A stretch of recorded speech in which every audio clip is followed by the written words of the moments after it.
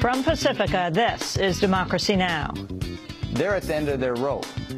And it's not if, it's when people die. If the strike is not ended, then sure, there's going to be more attention. But let me tell you, as a human being, I do not want to see my clients die.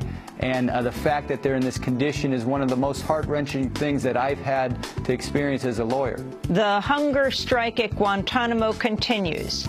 As many as 130 prisoners or more are refusing food. More than 24 are being force-fed. Almost the entire prison is on lockdown. Many of the men have been held for a decade without charge. We'll speak to Carlos Warner, an attorney for 11 Guantanamo prisoners, and Victoria Britton, author of the new book Shadow Lives, The Forgotten Women of the War on Terror. Well, some of the women that I've written about are the wives of Guantanamo prisoners. One in particular, who's like chapter 1 of the book, is one of my closest friends, and I kind of lived alongside her and her children through a very long period when her husband was in Guantanamo, and she had absolutely no information about why he was there, when he might come back, no contact with him whatsoever.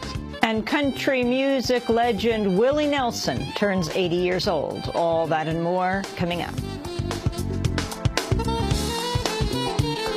Welcome to Democracy Now!, democracynow.org, The War and Peace Report. I'm Amy Goodman. The U.S. military has acknowledged for the first time the number of prisoners on hunger strike at Guantanamo has topped 100. About a fifth of the hunger strikers are now being force-fed, a practice widely viewed as a form of torture. David Reams, a lawyer for the prisoners, says even more people are taking part than the military admits. The military at first denied that there was a hunger strike. The only hunger strikers it acknowledged was the hunger strikers who had been striking before February. Our clients told us that nearly 130 of them were hunger striking. And it's interesting because gradually, week by week and day by day, the Gitmo authorities have been acknowledging higher and higher numbers, to the point where now they are acknowledging that 100 men are on hunger strike. We said about 130, and 20 are being force-fed. We'll have more on Guantanamo after headlines. About 400 people are now confirmed dead after a building collapsed last week in the Bangladeshi capital of Dhaka. On Sunday, a fire broke out at the site, even as hundreds of people remained unaccounted for in the wreckage. Firefighters were reportedly seen weeping on live TV after a garment worker they'd been attempting to rescue apparently died in the fire. Meanwhile, 4 people were reportedly pulled from the ruins alive Sunday after being trapped since Wednesday. The building housed factories that made garments for a number of international brands, including Joe Fresh, The Children's Place, JCPenney, and Benetton. The New York Times has noted, quote, in recent days, different Western brands have expressed sorrow over the accident, but none as yet has endorsed proposals for tougher independent safety inspection programs. The owner of the factory was arrested on Sunday. Authorities said he was attempting to flee to India. Syria's prime minister has survived an apparent assassination attempt after a car bomb detonated near his convoy in a neighborhood of the capital, Damascus. Prime Minister Wael Nader al-Halki was reportedly unhurt. The British-based Syrian Observatory for Human Rights said a bodyguard was killed in the attack. Pakistan has been hit by a series of deadly attacks ahead of general elections set for next month.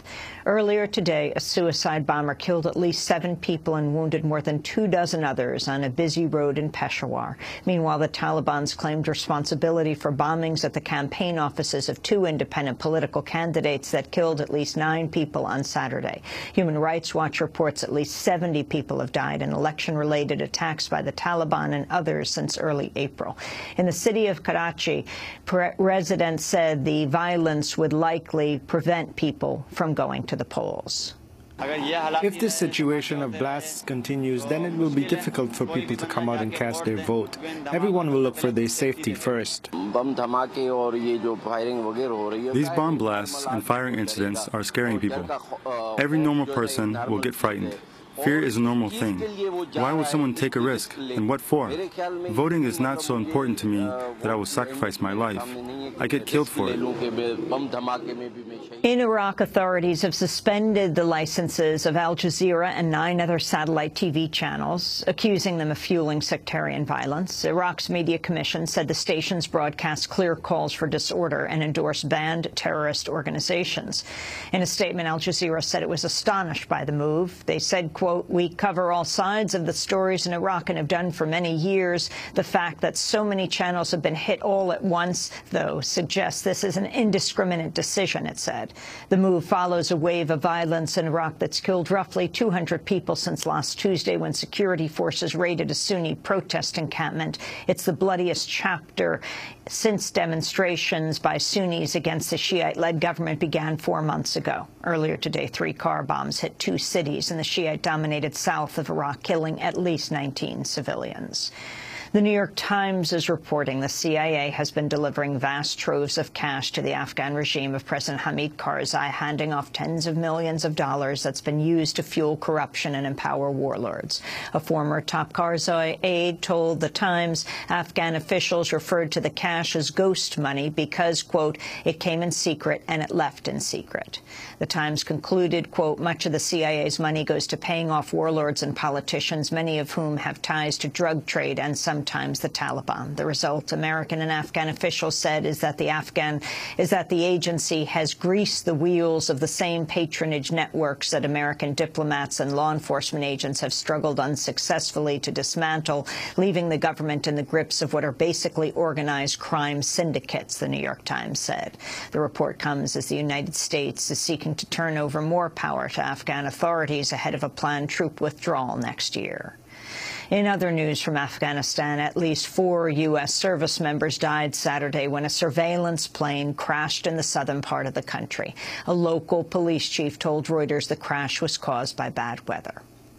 President Obama is urging Congress to take action to roll back sweeping budget cuts known as the sequester that have hit government agencies and programs. His remarks came after Congress passed a bill Friday to send air traffic controllers back to work following furloughs that left passengers waiting for hours at airports across the country.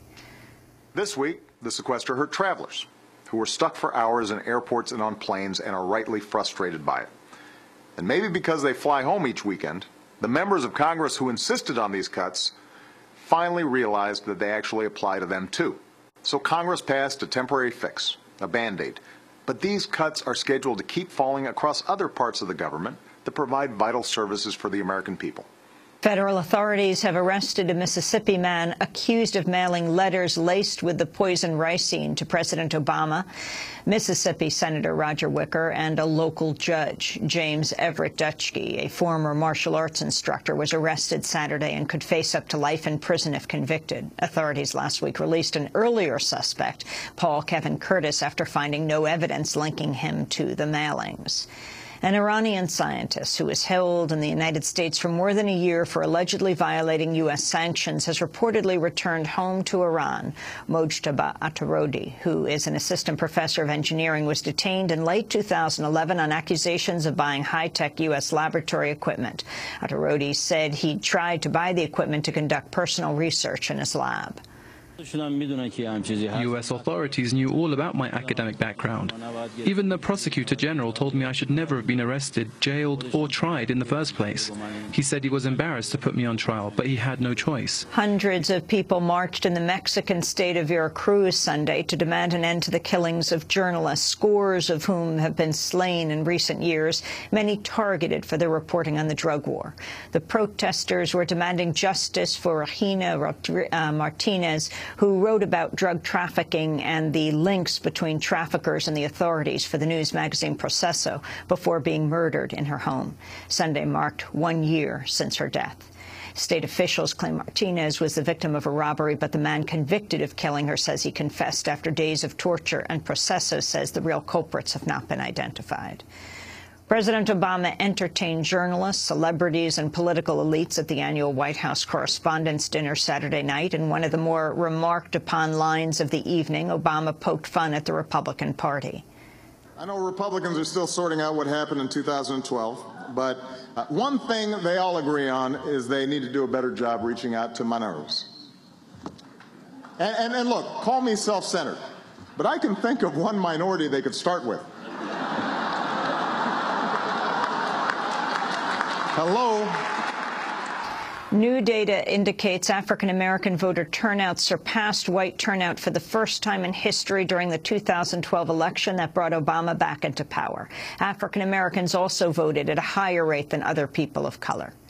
President Obama is reportedly planning to nominate Charlotte Mayor Anthony Foxx to succeed Ray LaHood as Secretary of Transportation. Foxx would be the first African-American nominated for Obama's second-term cabinet. He's sought to expand public transit as mayor of Charlotte and was in the national spotlight last year when the city hosted the Democratic National Convention.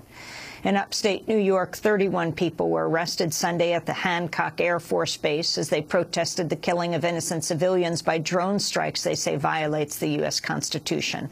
The base is a departure point for U.S. drones. Roughly 300 people held a funeral procession at the base to condemn the use of drones in Yemen, Somalia, Pakistan, and Afghanistan. The protesters were members of the Upstate Coalition to ground the drones and end the wars. They attempted to deliver an indictment charging President Obama, the military and service members at Hancock Air Base with crimes against humanity. A Russian court has rejected a petition for early release from one of two jailed members of the Russian feminist punk group Pussy Riot. Nadia Tolokonikova has been imprisoned in a penal colony known for its harsh treatment as she serves a 2-year sentence for the group's protest against Russian leader Vladimir Putin at a Moscow cathedral last March. Nadia, who reportedly suffers from persistent headaches and has been hospitalized, was denied early release after a judge said she had not always adhered to the prison rules. A list of offenses provided by the penal colony included refusing to say hello to a prison official and refusing to go for a walk. Nadia's husband spoke after the ruling Friday. We didn't expect that a court in Mordovia, which refused to grant an early conditional release to Svetlana Bokmanoy, who was in a late-term pregnancy, would suddenly let Nadia go. This is a court system which serves the prison system, and its decision was completely expected. A mosque in Oklahoma City has been vandalized in what's being investigated by the FBI as a potential hate crime. The walls, doors, and sidewalk of the American Muslim Association building were spray-painted with bizarre images, including what appeared to be faces and pentagrams. The head of the state's chapter of the Council on American Islamic Relations said, quote, "We call on the FBI to determine whether or not there was a bias motive for this vandalism and if it is linked to anti-Muslim backlash resulting from the Boston Marathon bombings," unquote. At least 2 people were victimized by violent anti-Muslim attacks following the Boston bombings on April 19th. The mosque in Oklahoma was the subject of a prior attack last year when it was hit with paintballs. Today marks 6 months since Superstorm Sandy blasted New York City, the Jersey Shore, and New England. The storm killed 72 people along the East Coast, and another 87 died from indirect causes such as hypothermia and carbon monoxide poisoning. Despite a massive recovery effort, including a grassroots mobilization that filled in the gaps left by government aid, tens of thousands of people still remain homeless, with businesses and homes in many areas still boarded up or in ruins. To see our reports on the immediate aftermath of Superstorm Sandy, you can go to democracynow.org. The prominent feminist journalist, author, and editor Mary Tom has died at the age of 68. She was an early editor of Ms. Magazine, where she rose to the rank of executive editor. She wrote several books, including a history of Ms. Magazine, and was editor-in-chief of the Women's Media Center, whose co-founder, Gloria Steinem, told the New York Times, quote, "Mary Tom was a lodestone for the women's movement nationally and a center of trust, common sense, and creativity." Tom died when her motorcycle crashed Friday evening in Yonkers, just north of New York City. And in Wilcox County, Georgia, high school students attended the school's first ever racially integrated prom on Saturday night. Organized by students fed up with the local history of holding 2 proms, one for white students and the other for students of color. The integrated prom drew an outpouring of support from around the world. To see our interview with 2 of the students who organized the prom and a mother who helped plan it, you can go to democracynow.org. And those are some of the headlines. This is Democracy Now!, democracynow.org, The War and Peace Report. I'm Amy Goodman. Thanks so much for watching this report support from Democracy Now!, your daily independent global news hour. We don't accept advertising or corporate funding, but rather rely on donations from viewers like you. Please make your contribution by visiting democracynow.org. We need your support today to keep bringing you this hard-hitting, in-depth reporting.